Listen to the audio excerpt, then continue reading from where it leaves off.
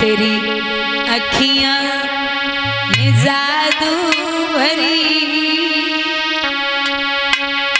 ओ माधव कब से खड़ी, तेरी अखियां में जादू भरी, कन्हैया कब से खड़ी। तालियों का साथ देते हो।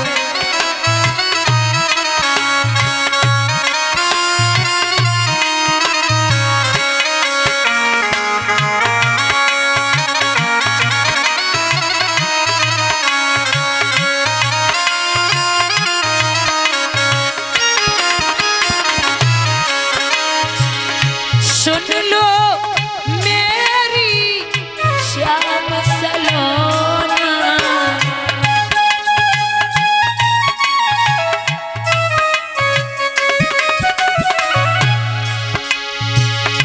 तुमने मुझ पर कर दिया टोना।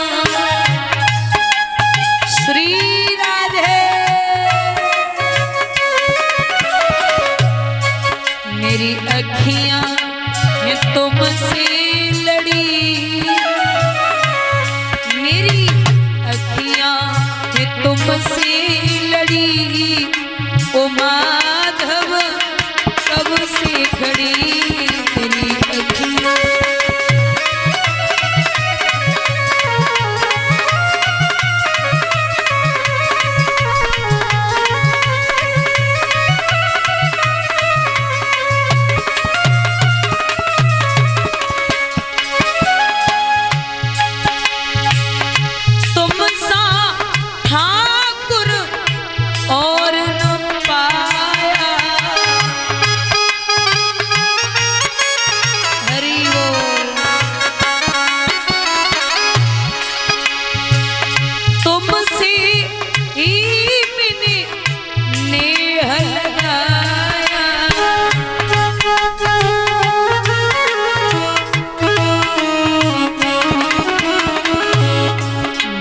तेरे ही द्वारे खड़ी,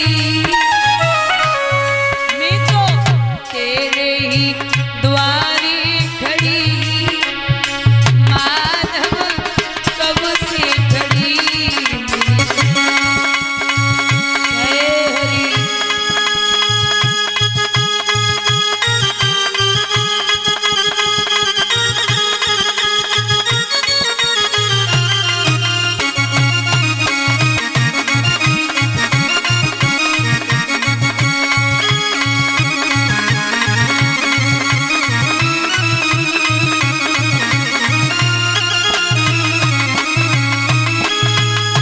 बोलिए गोविंद भगवान की।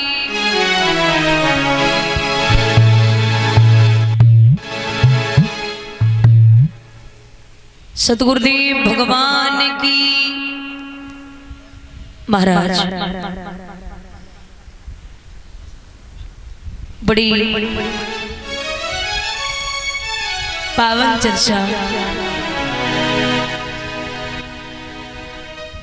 श्री सूत जी वर्णन करते हैं शौनकादिक ऋषियों। द्वितीय बार ज्ञान और वैराग्य की कथा श्रवण की थी। इस कथा का महत्व और असर किस पर सबसे ज्यादा पड़ा है? महाराज एक तुंगभद्रा नदी के तट पर एक आत्मदेव नाम के ब्राह्मण रहते थे। वो आत्मदेव नाम के ब्राह्मण जितने अच्छे थे, सुविचारों वाले थे, उनकी पत्नी उतनी झगड़ालू थी, बड़ी दरिद्रता फैलाए रखती थी। अच्छा, एक बात और है, हम दरिद्री किसे कह सकते हैं? लोग गरीब को ही दरिद्र बोल देते हैं। गरीबी अलग है और दरिद्रता अलग है। गरीब वो होता है जिसके पास खाने को न हो और इच्छा भी न रखता हो कि हमें कहीं से मिल जाए, जैसा है वैसे में ही खुश है। और दरिद्र हम उसे कहते हैं जिसके खूब धन के भंडार भरे हों और तब भी कौड़ी कौड़ी के लिए इधर उधर सोच रहा हो कि ये भी हमें मिल जाए, ये भी हमें मिल जाए, सब मेरा हो जाए, उसे हम दरिद्र कहते हैं।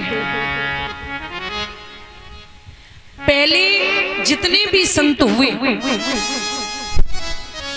उन सबकी पत्नियां बहुत झगड़ालू हुई हैं ज्यादातर। एक हमारे संत हैं जिनका नाम है तुकाराम जी। तुकाराम जी ऐसे संत हुए जो बहुत शील स्वभाव के थे। कैसे थे पता है? इनकी पत्नी इतनी झगड़ालू, ये संतों की बैठक करते थे, संतों में ही बैठते थे महाराज। एक दिन वो तुकाराम जी की पत्नी जल भरने के लिए जा रही थी, तो तुकाराम जी कुएं के पास में 10-20 संतों को लेके बैठे। तो पत्नी कुएं पे जा रही थी, बोली निठल्लो एक काम करना, मैं जा रही हूँ, सुबह से शाम तक कुछ काम तो करते नहीं हो, और एक भी जब तक लौट के आऊं दिखाई मत देना। पहले तो 20 ही बैठे और जब तक लौट के आई तब तक 50 है गए, कोई असर ना बातों को। सो बेचारी कुएं से जो गागर लेके आई बस सीधी तुकाराम जी के खोपड़े पे पटकी।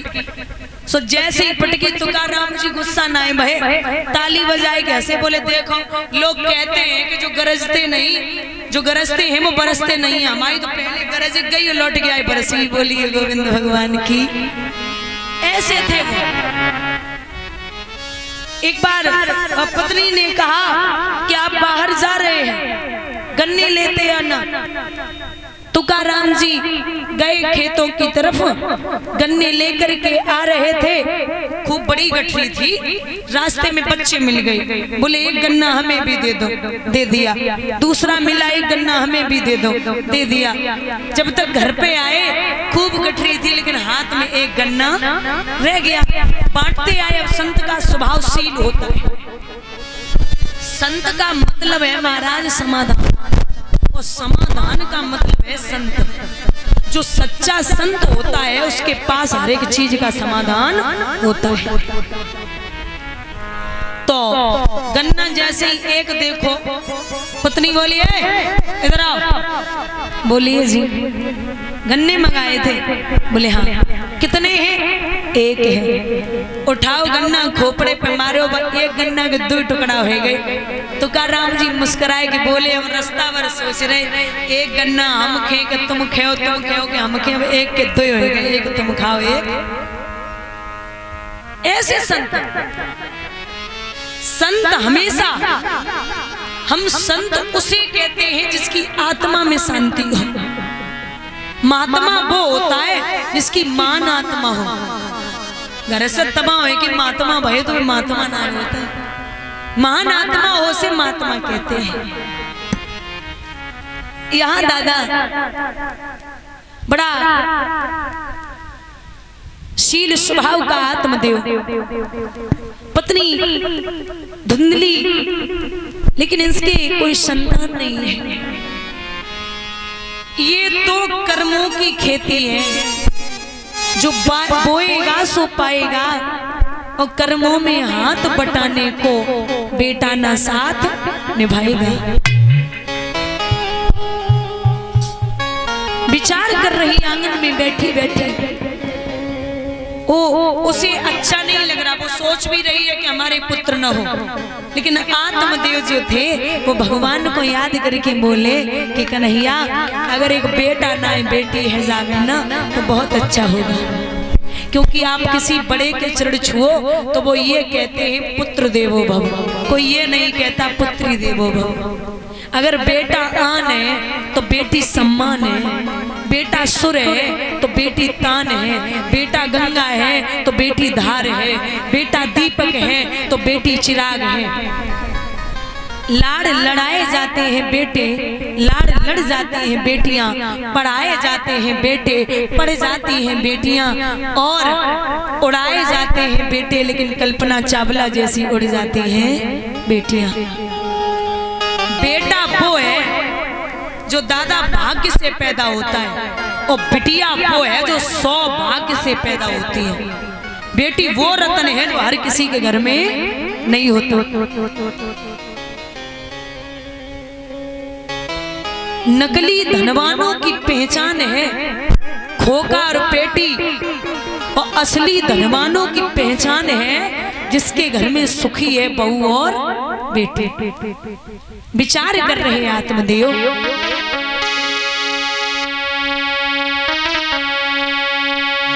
विधाता तेरे या दीन लाला बनाओ चैनाली सवरिया।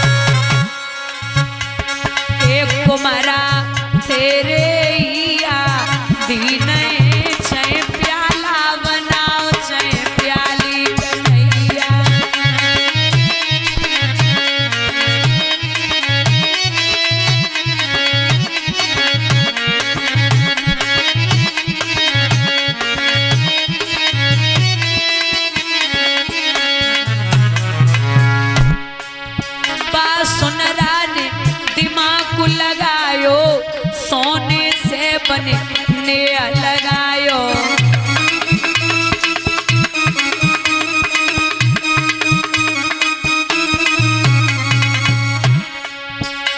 ए सुनरा तेरे या दीन चय बाला बनाओ चय बारी सवरिया।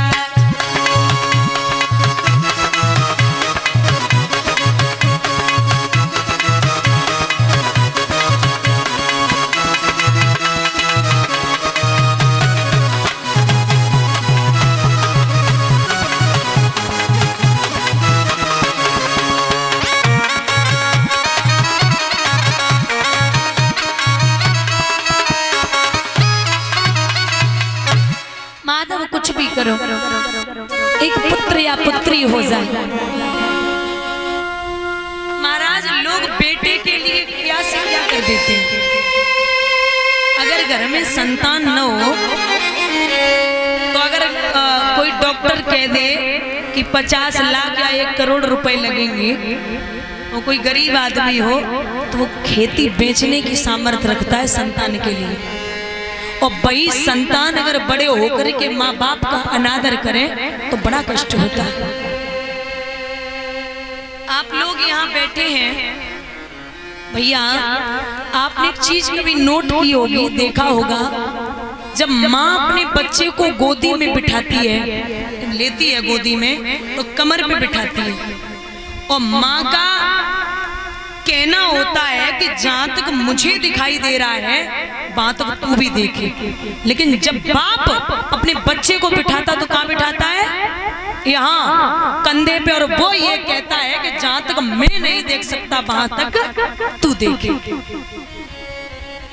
हम वो हैं जितना आपको बचपन में अपने बाप की जरूरत थी उंगली पकड़ के चलने की, उतनी आपको आपके पिता को आपकी जरूरत है बुढ़ापे पे।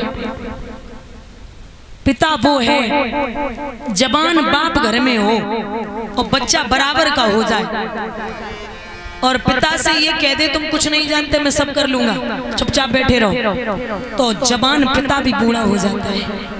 और बूढ़ा बाप हो और बच्चा ये बोल दे पिताजी आपसे निवेदन है आपकी राय के बिना मैं कुछ काम नहीं करूंगा, बूढ़ा बाप भी जवान हो जाता है। औलाद बच्चे को बूढ़ा बना दे, औलाद पिता को बूढ़ा बना देती है। आपकी सामर्थ्य है कैसे माँ बाप को रखना है, क्योंकि आज मैं देख रही हूं कई घर ऐसे हैं जहां जाकर के तो 4 बेटों को एक माँ पाल सकती है, लेकिन 4 बेटे बड़े होकर के उस माँ को नहीं पाल पाते। जब हम छोटे थे तो झगड़ा करते थे आपस में कि माँ मेरी है, माँ मेरी है, माँ मेरी है, माँ मेरी है। और जब बड़े हो गए तो अलग अलग हो गए, चारों भाई धक्के मार के कहते माँ तेरी है, माँ तेरी है, माँ तेरी है।